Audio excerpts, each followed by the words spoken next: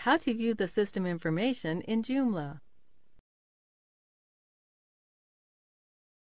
This tutorial assumes you are already logged into your Joomla admin panel. Viewing the system information will allow you to see the PHP information and what directories are writable.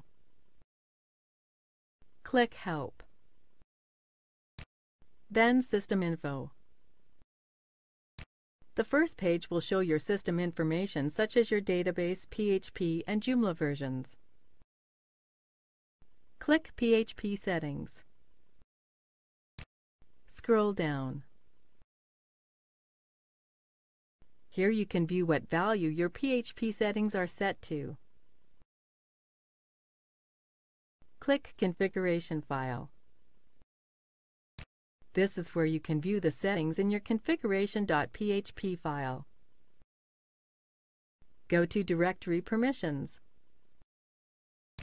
This page will show what directories are writable. Click PHP Information. This is where you can view all of your PHP information. That's it! You now know how to view your system information in Joomla.